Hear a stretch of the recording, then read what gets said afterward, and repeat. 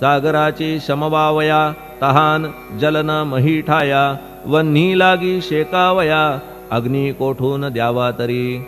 जे जे पदार्थ पूजेचे ते ते तुमच्या आत्म्याचे अंश आधीच असतीसाचे श्री समर्था गुरुराया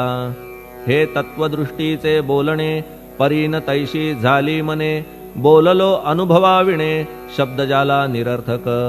व्यावहारिक पूजन जरी तुमचे करू मी सांगा तरी ते कराया नाही पदरी सामर्थ्य माझ्या गुरुराया बहुतेक करून कल्पना करीतो तुमच्या पूजन तेच पूजन दयाघन मान्य करा ह्या दासाचे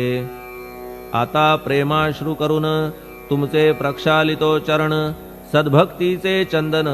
उगाळून लावितो कफनी शब्दालंकाराची घालितो ही तुम्हासाची प्रेम भावया सुमनाची माळा गळ्यात घालितो धूप कुत्सितपणाचा तुम्हा पुढे जाळितो साचा जरी तो वाईट द्रव्याचा परी न सुटेल घाण त्यासी सद्गुरु विण इतरत्र जे जे धूप जाळितात त्या धूप द्रव्याचा तेथ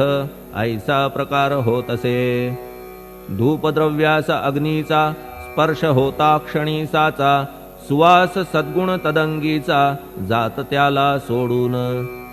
तुमच्या पुढे उलटे होते घाण तेवढी अग्नीत जळते सद्गुण उरती पाहण्या ते अक्षयीचे जगास मनीचे गळाल्या कुत्सितपण मलरहित होईल मन गंगेचे गेल्या गढूळपण मग ती पवित्र सहजची